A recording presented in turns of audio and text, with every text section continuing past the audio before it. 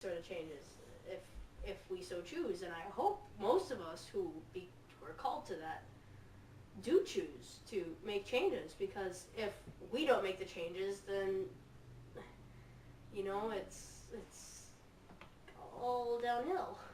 It's not gonna happen. We have to do something about it. It's our generation who has to do it.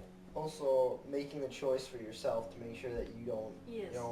it's not just like, oh, I'm going to go out and tell all these people not to do it, but if you do it yourself, everyone, Yeah, no one's listening teach to by you. teach by example, really. If you do it, and if you're saying, oh, don't drink and be pregnant, but you're drinking and being pregnant at the same time, then they're not going to listen to you. Oh, hypocrite. But if you live by what you're saying, and don't drink and don't get pregnant at the same, don't do it at the same time, or don't do either, or, well, yeah. Yeah, like another thing would just be doing awareness, just letting Yeah. people know about it. Like, I know when I started, I didn't know very much about it until I met Steven. And once I met Steven, it was just changed. I was just like, wow, this is actually a really big thing. Yeah. Yeah, you just need to raise awareness about it. If someone asks you, hey, have you ever heard of this? You tell them about it, or you set an example and you raise other people's awareness about the subject, and then they can spread the word themselves. Yep. Make sure your pregnant friends know. That's the important part. Yes. Yes. If you have any. And that's out there. Yeah. That's out there. But unfortunately, usually that happens as a result of alcohol. Yeah. Unfortunately. Yeah. So like they get drunk first and then. Normally it's an instant that starts the event. The event happens and all of a sudden they're here. So, it does. Yeah. So. Cool. So Matthias, how you doing today? Pretty good. Did you get a chance to meet Steven and Randy? Yes. So what did you learn? I learned, I'm not quite sure what I learned. I think one of them shreds paper. Okay. Kind of hard to communicate, isn't it? A little. A little. Yeah, that's pretty typical for kids with fetal alcohol syndrome. Very difficult. Did you notice the address that Steven gave you? I didn't notice he gave me an address. Okay, that's part of the problem with their communications is unless you know them well, it's very difficult to understand what they're saying. He actually gave his address where he grew up. He didn't give where he's currently living. But it is true, he does shred paper. But that's their life. If something happened, they would probably not know where to take him. It's kind of scary. Kind of scary if something happened and the police who were involved, they would not know what to do. This chart shows the rate of fetal alcohol syndrome births in the U.S. As you can see, the rate has increased despite the fact that we have known that alcohol causes birth defects.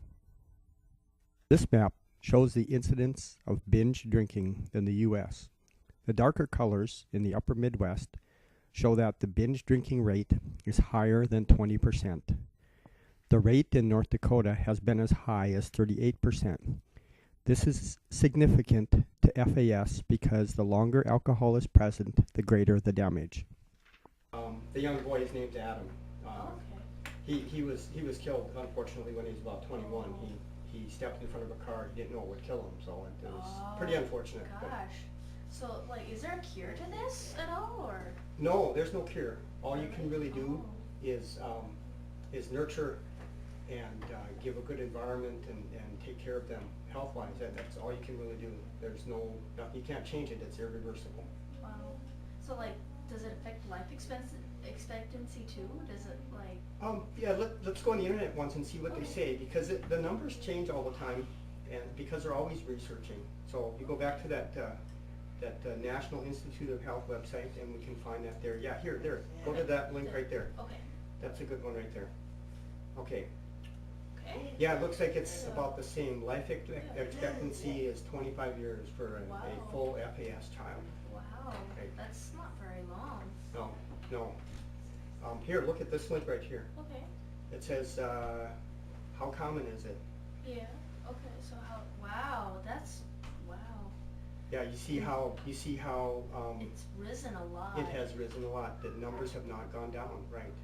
So that means so if I'm reading this correctly, it's in 1992 there were over just about 60,000 births with people with FAS. Yeah. Wow. Or affected by alcohol. That's a lot. Yeah. Yeah, and it's still going up, as you can see. Gosh. So how does it happen again? Well, whenever the mother drinks Okay. during the pregnancy, Wow. whenever that happens, there's no, they don't think there's any development that happens. Oh. So the example I was given was if the toenails develop partially during this time, if alcohol is there, then those won't develop, is what happens. That's what I understand. So then if the mom has a drink while the baby's brain's developing, that's what can cause them to maybe not think very? Yeah, yes, right. What do they do with people like this? Like, how can they live and have a job? Where do they go? It takes a lot of work. You've met Stephen, right? Yes, I met. Yes, and Stephen works at a facility that specializes in working with kids with disabilities. Oh. And he will spend his entire life living in a group home or working at a place like this. It's expensive, but that's all he can do. So what does he do there? He shreds paper, crushes cans. They have other tasks. It kind of varies from day to day. They try not to change it too much. Yeah. Try and keep it So normal. if another good thing for them would be structure, that sort of thing? Yeah, So right. turbulent sort of schedule isn't good for them. No, not at all. Okay. Right. Yeah. And I found sometimes when I talk to Steven, he like repeats what I say. Is that another thing where his mom had a drink while his brain was developing? How that That's fairly common. That I think they call that parroting. He echoes what he hears sometimes. Yeah. It's difficult to understand. In fact, I think I'm not sure if he still does this, but when you ask him his address, he gives the address he learned when he was in high school. And that's not where he lives now. Oh. So, Yeah.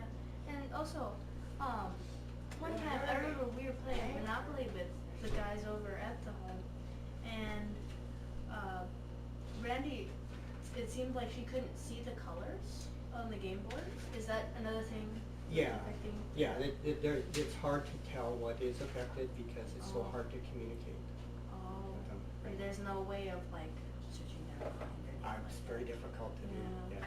Yes. There's a Well, that's lot too of good information Yeah. out there on what it does and how it does it. And it is kind of scary, and we've known about it for a while.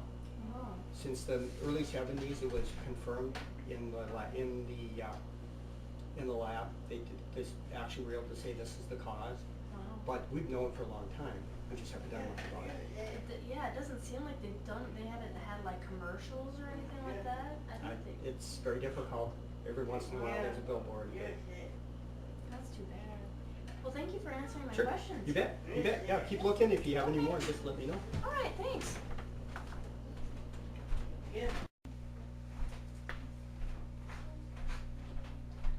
Here, this might help a little bit. I found this really good book that I got years ago.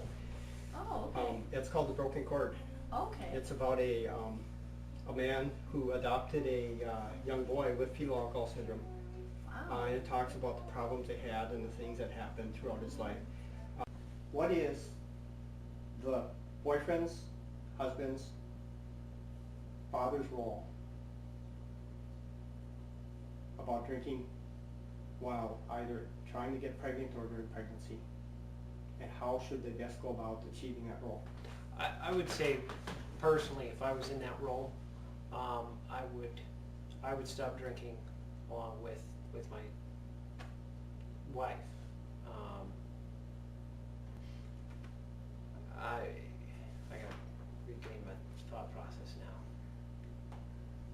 Oh, my role. Yeah, I would stop drinking along with them. I would try to support them and really just try and do what I could as far as not causing a temptation or anything like that. Sometimes if you're having a nice spaghetti dinner, a glass of wine would be nice with that. And so I know that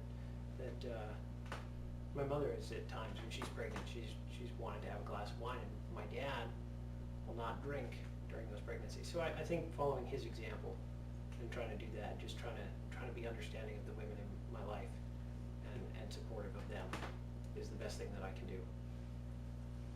Okay, be positive. Ready, Steve? Hi, I'm First Lady Mikey Hogan, reminding you to say no to alcohol. By saying no to underage drinking, you're saying yes to building a positive, happy, and healthy future for yourself. And you are the future of North Dakota. So as I've said to my kids over the years, be leaders, not followers, and say no to underage drinking. God bless you.